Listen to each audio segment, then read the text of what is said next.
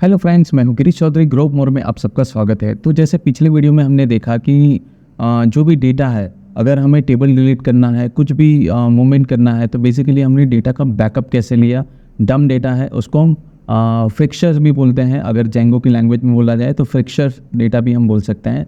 So basically अब देखिए कि अभी यही डेटा है, अगर मुझे रिस्टोर करना है, ठीक है, हमने बैकअप तो ले लिया, तो रिस्टोर करना है तो कैसे कर सकते हैं। सो इस वीडियो में हम देखते हैं कि डेटा का रिस्टोरेशन कैसे करेंगे। सो यहाँ पे देखिए ऑलरेडी हमारे पास डेटा है, तो सबसे पहले यहाँ पे हम एसक्यूएलाइट में जाते हैं और देखते हैं डेटा। देखिए यहाँ पे अवेलेबल मूवीज़ के लिए हम देखते हैं, सो दैट इज़ मूवीज़। तो ये देखिए 3 डेटा ऑलरेडी अवेलेबल है। सो हम क्या करते हैं, इस डेटा को हम डिलीट कर देते हैं। तो सबसे पहले यहाँ पे हम क्वेरी एडिटर में जाते हैं और यहाँ पे लिखते हैं डिलीट फ्रॉम सर्विस मूवी, ठीक है। तो यहाँ पे डिलीट फ्रॉम, ठीक है। तो ये इसको हम सारे डेटा यहाँ से डिलीट हो जाएंगे। अब ये समझिए कि आपने ये मॉडल्स है, टेबल्स है, नया बनाया है, इसकी वजह से यहाँ पे अब ब्लैंक है, पर मेरे पास यहाँ पे बैकअप तो है। सो यहाँ पे एक और डेटा है, जैसे कि मूवीज़ का है, सॉरी एक्टर्स का है, तो वो भी हम देखते हैं।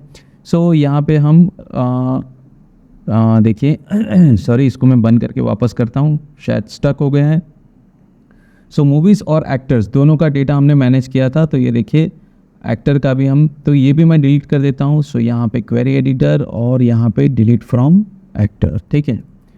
सो सारे डेटा दोनों टेबल से डिलीट हो गए। अब ये समझिए कि आपने नए मॉडल्स बनाए हैं और उसको वापस रिक्रिएट किया है, माइग्रेशन किया है। ये दोनों टेबल नए हैं, समझिए। आपने मॉडल्स भी क्रिएट कर दिए हैं, तो ऑलरेडी मॉडल्स हमारे में हैं। अब ये डेटा को मुझे बैकअप मतलब लोड करना है, ठीक है। जो भी डेटा है उसको वापस मुझे रिस्टोर करना है। सो यहाँ पे देखिए अभी मेरे पास जो कमांड है रिस्टोरेशन के लिए, तो यहाँ पे देखिए एक कमांड है python manage.py लोड डेटा, एक कमांड है, और आपका फाइल जहाँ पे है वहाँ से ये लोड हो सकता है, ठीक है। तो यहाँ पे चलिए हम यूज़ करते हैं। सो बेसिकली इसी नॉर्मल मोड पे, तो यहाँ पे देखिए manage.py लोड डेटा, तो जेसन डेटा में ही हमारी दोनों फाइल्स हैं। सो इसको हम ट्राई करते हैं। देखिए सो सबसे पहले मूवीज़ में, तो यहाँ पे मैं एंटर करता हूँ, ठीक है। सो ये आप देख सकते हैं कि थोड़ी देर लेता है, पर वो चेक करता है कि मॉडल्स ये सब बराबर है कि नहीं। देखिए इंस्टॉल 3 ऑब्जेक्ट्स, मतलब कि 3 ऑब्जेक्ट डाले फ्रॉम 1 फिक्सचर्स। तो बेसिकली मैंने कहा था कि जेंगो लैंग्वेज में जो डेटा हम बैकअप लेते हैं उसको हम फिक्सचर बोलते हैं। सो फिक्सचर डेटा, ऐसा क्वेश्चन आ सकता है कि व्हाट इज़ फिक्सचर डेटा और फिक्सचर कैसे काम करता है, तो ये आपको ध्यान रखना है, ठीक है। सो यहाँ पे आपने 1 फिक्सचर, मतलब कि हमारा जो बैकअप डेटा है वहाँ से हमने 3 ऑब्जेक्ट इंस्टॉल किए हैं, मतलब इंसर्ट किए हैं। सो बेसिकली हमने किए हैं मूवीज़ में। तो चलिए देखते हैं कि मूवीज़ में ये इंस्टॉल हुए कि नहीं। तो सबसे पहले यहाँ पे हम डेटाबेस देखते हैं। सो डेटाबेस में आप देखिए कि यहाँ पे मूवीज़ जो हमारा टेबल है, सो यहाँ पे हम देख सकते हैं कि मूवीज़ में ये तीनों डेटा इंस्टॉल हो गए होंगे, मतलब कि इंसर्ट हो गए होंगे। यही सेम प्रोसेस हमें एक्टर के लिए करनी है। तो सपोज़ यहाँ पे मैं इसको सेम कॉपी करता हूँ और यहाँ पे मैं लिखता हूँ एक्टर, ठीक है। सो यहाँ पे देखिए, सो यहाँ पे हमारे 4 रिकॉर्ड्स है, तो ये देखिए यहाँ पे अभी नहीं आ रहा है। सो एक्टर्स क्यों नहीं आ रहा है, क्योंकि हमारा फाइल नेम गलत है। तो यहाँ पे मैं लिखता हूँ एक्टर्स, ठीक है। सो आपको फाइल नेम सही होना चाहिए। ये देखिए 4 ऑब्जेक्ट्स वहाँ पे भी इंस्टॉल हुए हैं। सो यहाँ पे वापस हम चेक करते हैं एक्टर्स की फ़ाइल। आप ऑब्जेक्ट लेवल पे भी चेक कर सकते हैं, पर उसके लिए आपको पावर शेल में जाना पड़ेगा और इंपोर्ट करना पड़ेगा। सो बेसिकली यहाँ पे एक्टर्स देखते हैं। सो ये देखिए, सो इसमें भी 4 रिकॉर्ड इंस्टॉल हो गया है, ठीक है। अब यहाँ पे ये ऐसा हुआ है कि मैंने 1 बाय 1 कमांड रन किया है लोड डेटा का और यूज़ किया है। पर आप सोचो कि आपके पास 50, 60, 100 फाइल्स हैं, हज़ारों फाइल्स हैं, तो उसको आप बार बार एक एक कमांड देके कैसे करोगे। सो जैसे हमने बैकअप लिया था वैसे ही हम इसको रिस्टोर भी करेंगे फाइल थ्रू। सो सबसे पहले वही काम करते हैं। सबसे पहले मैं यहाँ पे जो डेटा है इसको मैं डिलीट कर देता हूँ एक्टर से। सो यहाँ पे ड्रॉप एक्टर और मूवीज़ दोनों से मैं डिलीट कर देता हूँ, तो दोनों कमांड में एक साथ लिख लेता हूँ। सो और यहाँ पे लिखता हूँ मूवी, ठीक है। सो ये ऑलरेडी टेबल्स बने हुए हैं। सो ड्रॉप की जगह, सॉरी मैंने गलत कमांड लिख दिया, डिलीट, और सेम हियर मैं यहाँ पे लिख देता हूँ डिलीट, ठीक है। दोनों स्टेटमेंट को एक साथ में रन कर देता हूँ, तो दोनों टेबल में से एक साथ रिकॉर्ड डिलीट हो जाएंगे। चलिए हो गया, तो अभी तो कोई इश्यू नहीं, दूसरा टेबल चेक करने की ज़रूरत नहीं, हो ही गया होगा। सो यहाँ पे इसको मैं बंद कर देता हूँ। फिर भी आपको चेक करना है तो यहाँ से चेक कर सकते हैं। मूवीज़ को भी देख लेते हैं हम। सो यहाँ पे मूवी देखते हैं, तो उसमें भी कोई रिकॉर्ड नहीं है, ठीक है। चलिए अब यहाँ पे जैसे हमने बैकअप के लिए एक फ़ाइल बनाई थी, वैसे ही हम रिस्टोर के लिए भी एक फ़ाइल बनाएंगे। जैसे बैकअप डेटा है वैसे ही रिस्टोर डेटा और लोड डेटा, ठीक है। सो यहाँ पे हम एक फ़ाइल बनाते हैं यहाँ पे रूट लेवल पे। सो फाइल का नाम हम देते हैं load data dot P Y, ठीक है। सो लोड डेटा आप जो भी अंडरस्कोर ना भी देना चाहे तो कोई इशू नहीं है। सो यहाँ पे एक और फाइल मैंने बनाई है, देखिए ऑटो कोड मैंने यहाँ पे लिखा हुआ है, पहले मैं पेस्ट कर देता हूँ, उसके बाद आपको समझाता हूँ, ठीक है। सो यहाँ पे लोडिंग इजी है, कोई इशू नहीं है। ये देखिए यहाँ पे जो रिक्वायर्ड पैकेजेस है वो चाहिए, आपका सेटिंग्स क्या है वो इम्पॉर्टेंट है, ये आपको यहाँ पे मेंशन करना पड़ता है। तो आपका प्रोजेक्ट का नाम प्लस सेटिंग्स ये आपको यहाँ पे मेंशन करना पड़ेगा। तो ये देखिए ई कॉमर्स है, अब मेरे यहाँ प्रोजेक्ट का नाम है, यहाँ पे देख सकते हैं ई कॉमर्स ही है। सो यहाँ पे स्मॉल में होना चाहिए, अगर आपका फोल्डर का नाम कैपिटल है तो यहाँ पे कैपिटल होना चाहिए। तो जैसा आपका केस होगा वैसा ही यहाँ प्रोजेक्ट का नाम आपका यहाँ पे होना चाहिए, ये आपको खास ध्यान रखना है। वैसे ही फाइल का लिस्ट बनाया है और कॉमन मैंने पाथ दे दिया है कि जो भी फिक्सर पाथ है तो वो क्या होगा, तो रूट का इस तरह से आपको ये फाइल है 1 by 1 लूप थ्रू लेनी है और उसको कॉल कमांड इस तरह से लोड करना है। अब देखिए पहले में मैंने लिया था, जैसे यहाँ पे बैकअप डेटा में मैंने ये इस तरह से यूज़ किया था कमांड को, कि जैसे सब प्रोसेस रन कमांड को स्ट्रिंग में लिया था और सब प्रोसेस से रन किया था।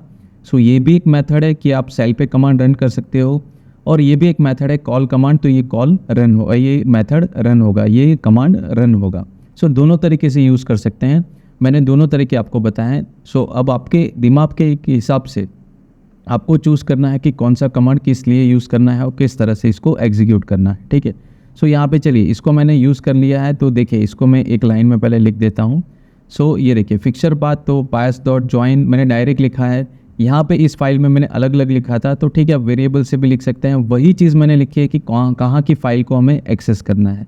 सो बेसिकली जो हमारा रूट डायरेक्टरी है, मतलब कि ये वाली जहाँ पे हमारा manage.py है, देखिए ये है, और वहाँ की कौन सी फ़ाइल को हमें जोड़ना है इसके साथ, तो जेसन फोल्डर में फ़ाइल नेम है वो, तो जेसन फोल्डर में ये रहा जेसन डेटा, और फाइल तो ये लिस्ट में है, तो 1 by 1 इस लिस्ट में फ़ाइल आती जाएगी और लोड डेटा होता जाएगा। सो आपको बार बार वो कमांड लिखने की ज़रूरत नहीं पड़ेगी, ठीक है। सो यहाँ पे हम इसको सेव कर देते हैं और इस फाइल को कॉल करते हैं, ठीक है। सो यहाँ पे अभी हम कॉल करते हैं दैट इज़ पाइथन, और इस फाइल का नाम load_data.py। तो यहाँ पे जैसे मैंने कॉल किया तो देखिए सभी ऑब्जेक्ट्स अपने आप रिस्टोर हो जाएंगे। सो ऑलरेडी मैसेज है, देखने की ज़रूरत नहीं है, फिर भी हम थोड़ा कन्फर्मेशन के लिए देख लेते हैं, आपको मैं बता देता हूँ। यहाँ पे एक्चुअली मैं होता हूँ तो कभी चेक नहीं करता हूँ, क्योंकि मुझे पता है ये इशू नहीं है। देखिए मैं मूवी में भी 3 रिकॉर्ड आ गए और एक्टर में भी 4 रिकॉर्ड आ गए होंगे।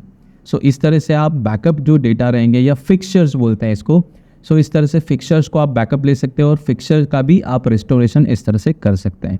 सो बेसिकली काफ़ी इजी है कि अगर आपको कुछ टेबल डिलीट करना है या ट्रांसफ़र करना है या दूसरे डेटाबेस में टेबल बनाना है, मॉडल बनाना है और वहाँ पे डेटा चाहिए, तो इसी आराम से आप बैकअप लेके दूसरे प्रोजेक्ट में आप सिर्फ मॉडल बना दीजिए और यहाँ पे ये चेंज कर दीजिए कि आपका कौन सा प्रोजेक्ट का नाम है, बस दैट्स इट, उतना ही करना है। और फाइल नेम जो आपने दिया है वो, सो एक साथ आप लिख लेंगे तो अपने आप ये सारी चीज़ें कवर कर लेगा और बेहतर तरीके से बैकअप भी ले लेगा और रिस्टोर भी कर लेगा। हाँ, इन दोनों फाइल का जो रिस्टोरेशन है और डेटा बैकअप का लोड का है, इस कोड को और मॉडिफाई करना है, फ्लेक्सिबल करना है, सो वो भी आप कर सकते हैं। जैसे कि यहाँ पे मैंने तो फाइल का नाम लिखा हुआ है, ठीक है। अब जैसे मैं चाहता हूँ कि लिस्ट में ये जो जेसन डेटा की फाइल्स हैं वो सारी ऑटोमेटिक आ जाए, तो वो भी आप कर सकते हैं, वो कोड भी लिख सकते हैं। तो बेसिकली उसके लिए आपको ये जो फाइल का नेम है वो लिखने की ज़रूरत नहीं रहेगी। सो इसके लिए भी आपको मेहनत नहीं करनी है। तो आप फाइल इनपुट आउटपुट का प्रोग्राम लिख सकते हैं कि जेसन डेटा फोल्डर पहले ढूंढो, अगर मिल जाता है तो सारी फाइल लिस्ट में डाल दो और फिर यहाँ पे पेस्ट कर दो, मतलब कि यहाँ पे कॉल करो। सो ये फाइल लिखने की भी आपको ज़रूरत नहीं पड़ेगी।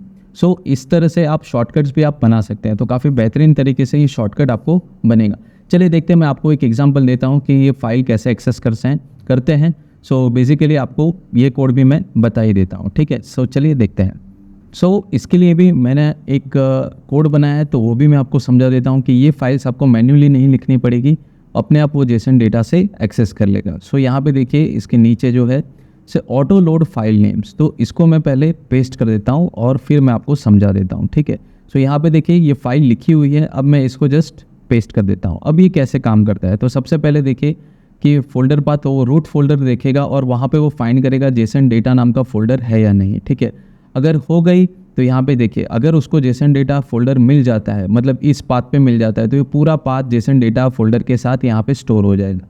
सो यहाँ पे सिर्फ इतना लिखा है files is equal to os.list directory JSON data folder. मैं यहाँ पे लिस्ट डायरेक्टरी क्या करेगा, तो यहाँ पे आप देख सकते हैं कि यहाँ पे से वर्ड एग्जाम्पल जो भी आप उसका एग्जाम्पल देखना चाहे देख सकते हैं। तो ये बेसिकली सारी फाइल्स यहाँ पे लिस्ट में ऐड कर देगा, मतलब फाइल्स एक लिस्ट बनाया है तो यहाँ पे सारी जो इसके अंदर की फाइल्स है वो सारी अंदर यहाँ पे आ जाएगी। मतलब एक तरह का फाइल लिस्ट ऑब्जेक्ट आ गया, जैसे हमने यहाँ पे मैन्युअली फाइल लिस्ट बनाया था वैसे ही यहाँ पे ये सारी फाइल्स यहाँ पे लोड हो जाएगी। ठीक है, उसके बाद तो वही चीज़ है जो मैंने लिखी है। सो ये चीज़ आराम से आप कर सकते हैं, कॉल कमांड और यही चीज़ आप यूज़ कर सकते हैं। देखिए यहाँ पे भी मैंने वही किया है, जेसन डेटा और यही चीज़। ठीक है, सो यहाँ पे बार बार जेसन डेटा लिखने की ज़रूरत नहीं, ऑलरेडी हमने फाइल का पाथ लिख दिया है, तो जेसन डेटा ये ना लिखो तो चलेगा। सो इस तरह से आप रिस्टोर कर सकते हैं। चलिए इसको आप देखते हैं कि ये कैसे काम करता है। तो इसमें देखिए मैंने ना कोई फाइल नेम सेव किया है, कुछ भी नहीं किया है, तो इसको ईजिली आप एक्सेस कर सकते हैं। अब चलिए वापस फिर से हम जो डेटा है उसको डिलीट कर देते हैं ताकि आपको पता चले कि ये ऑटो कोड होता है कि नहीं। और वहाँ पे भी एक वैलिडेशन किया है, वो भी मैं आपको बताता हूँ। सबसे पहले मैं डेटा इसको डिलीट कर देता हूँ। So delete from actor and delete from movie. ठीक है, दोनों में डिलीट कर देता। सो चलिए इसको मैं डिलीट किया, ये हो गया। सो चलिए इसका तो टेंशन ख़त्म। अब यहाँ पे हम ट्राई करते हैं। अब ऐसा भी हो सकता है कि जेसन फोल्डर में और भी कई तरह की फाइल्स हो सकती है, पॉसिबिलिटी ज़्यादा है। ठीक है, सो यहाँ पे ये भी चीज़ लिखी हुई है। देखिए यहाँ पे जब आप देखोगे सो यहाँ पे ये भी है कि जो फाइल का एंड्स विद जेसन हो उसी फाइल को हमें कंसिडर करना है। सो मतलब कोई और फाइल हो तब भी हमें कोई यहाँ पे एरर जनरेट नहीं होगी। सो ये भी एक वैलिडेशन मैंने लिखा हुआ है। ठीक है, सो चलिए अब इसको रन करते हैं। So simple Python load data, so वही चीज़ है। सो मैसेज में कोई डिफरेंस नहीं, वही आने वाला है, सिंपली है।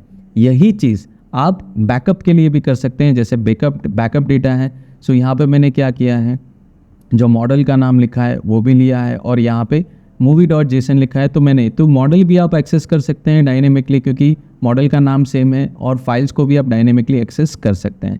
अब देखिए लोड डेटा में मैंने डायनेमिक कोड बताया है, बैकअप डेटा के लिए आप खुद कीजिए तो वो बहुत बेहतरीन रहेगा। ठीक है, सो ये वीडियो पसंद आया है तो लाइक कीजिए, शेयर कीजिए और सब्सक्राइब कीजिए और ज़्यादा से ज़्यादा लोगों तक हमारा वीडियो पहुंचाइए। तो आशा करता हूं कि जो बैकअप डेटा है और रिस्टोरेशन फिक्सचर्स जिसको बोलते हैं हम, सो ये आपको पाइथन में जेंगो में इजीली समझ में आया होगा। जो ऑटो कोड मैंने बताया, एक में मैंने बताया, एक में नहीं बताया है, तो आशा करता हूँ ये भी आपको समझ में आया होगा। अगर बैकअप के लिए बनाना है तो अब आप अपना लॉजिक बना सकते हैं अपने हिसाब से। सो बेसिकली इस तरह से आप बहुत बेहतरीन तरीके से डेटा का बैकअप ले सकते हैं और उसको रिस्टोर भी कर सकते हैं। ठीक है, सो आज का वीडियो पसंद आया है तो लाइक कीजिए, शेयर कीजिए, सब्सक्राइब कीजिए और बेल आइकन पे क्लिक कीजिए लाइव नोटिफिकेशन के लिए। ठीक है, सो आज के लिए धन्यवाद।